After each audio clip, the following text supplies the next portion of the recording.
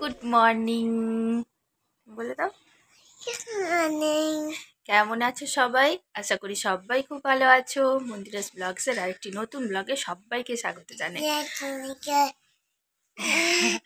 আজকে এখন বাজে সকাল 10টা, আর এই মাত্র ঘুম থেকে উঠে পড়েছে আমার ছেলে। আর আজকে সোমবার, আজকে হচ্ছে মহাদেবের নাম নিয়ে আজকে ব্লগটা শুরু করলাম।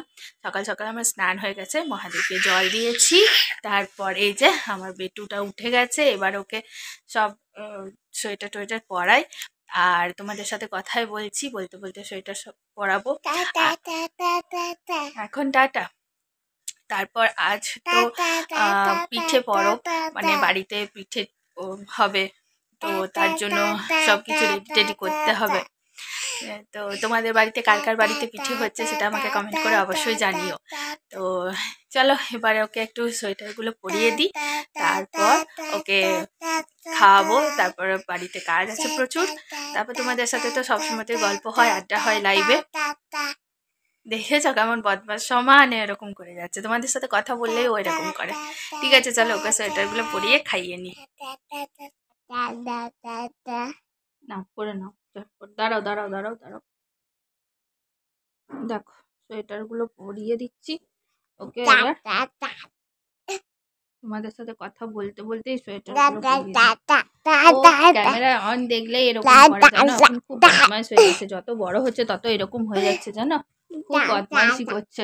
লাইভে বসলে দেখেছো তো তোমাদের সাথে কিরকম করে, আমাকে একদম করতে দেয় না, খুব দুষ্টু হয়ে যাচ্ছে। কি যে করবো না বুঝতেই পারছি না, জানো একে নিয়ে খুব দুষ্টু হয়ে যাচ্ছে, যত বড় হচ্ছে না খুব দুষ্টু হয়ে যাচ্ছে।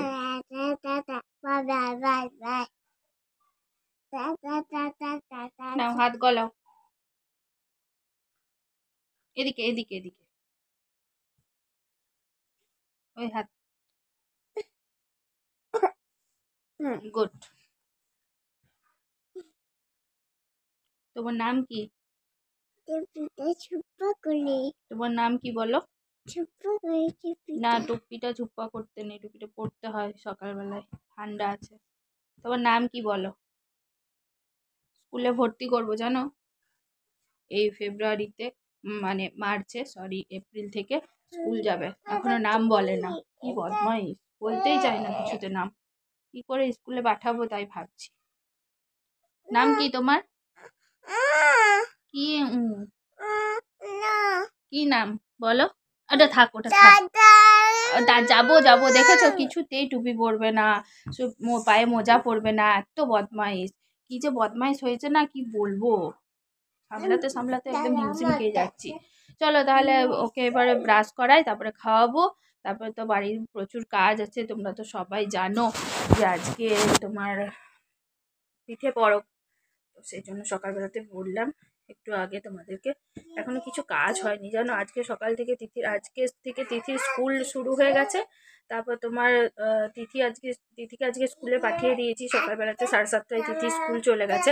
আর বাকি আমার এখন বাজে 10টা 10 হয়ে গেল, দেখেছো, আর কি তাড়াতাড়ি করে সমস্ত কিছু কাজগুলো করতে হচ্ছে গো।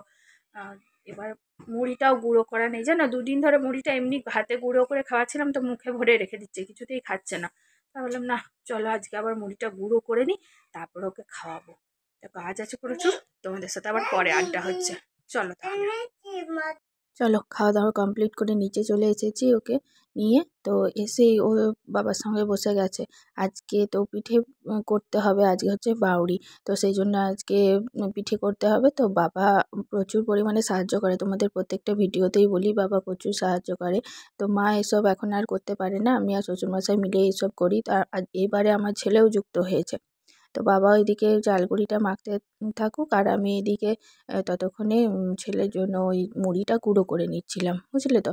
মুড়িটা না গুঁড়ো করে নিলে কী হবে বলো তো, ওকে তোমাদের বললাম যে খাওয়াতে খুবই অসুবিধা হচ্ছে, মুখে ভরে রেখে দিচ্ছে, আর বলো না, দিয়ে খুব খেতে চাইছে না জানো। আর এটা হলে তাড়াতাড়ি হয়ে যায়, আমারও বেশ সুবিধে হয়।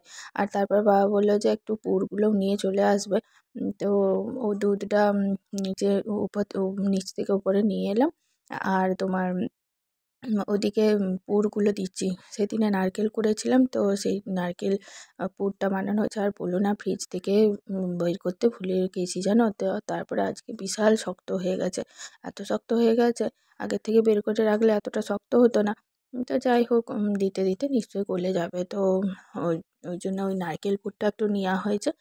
আর এত শক্ত যে আমি ছিঁড়ে মানে তুলতেই পারছি না, ফ্রিজে ঢুকানো ছিল তো।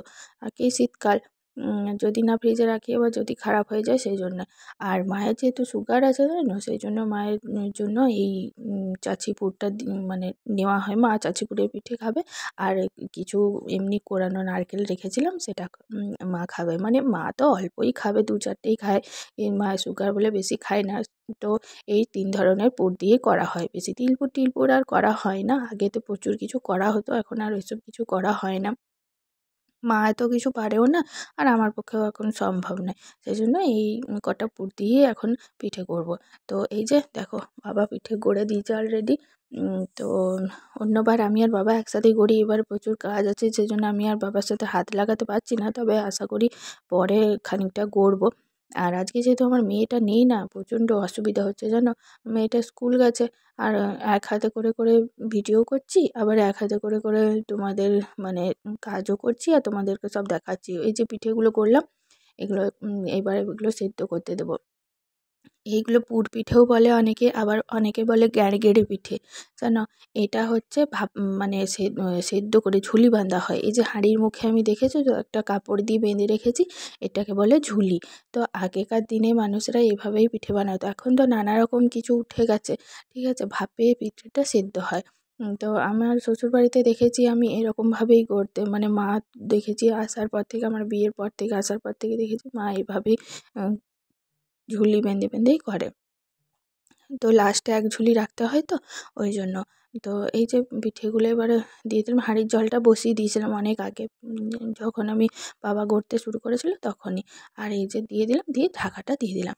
এবার খানিকক্ষণ পর এটা সেদ্ধ হতে থাকুক, খানিকক্ষণ পরে এটাকে আবার নামিয়ে দেবো, ব্যাস তাহলেই হলো। এটা প্রথম ঝুলি হচ্ছে, তাই একটু প্রণাম করে নিলাম অন্নপূর্ণাকে। দেখো আমার পিঠেগুলো কিন্তু অলরেডি হয়ে গেছে, দেখেছো। এবার নামাবো তো, সেজন্য একটু জল দিয়ে দিচ্ছি। কারণ কি, জল না দিলে তো আমি হাত দিয়ে নামাতে পারবো না, প্রচণ্ড গরম আছে জানো।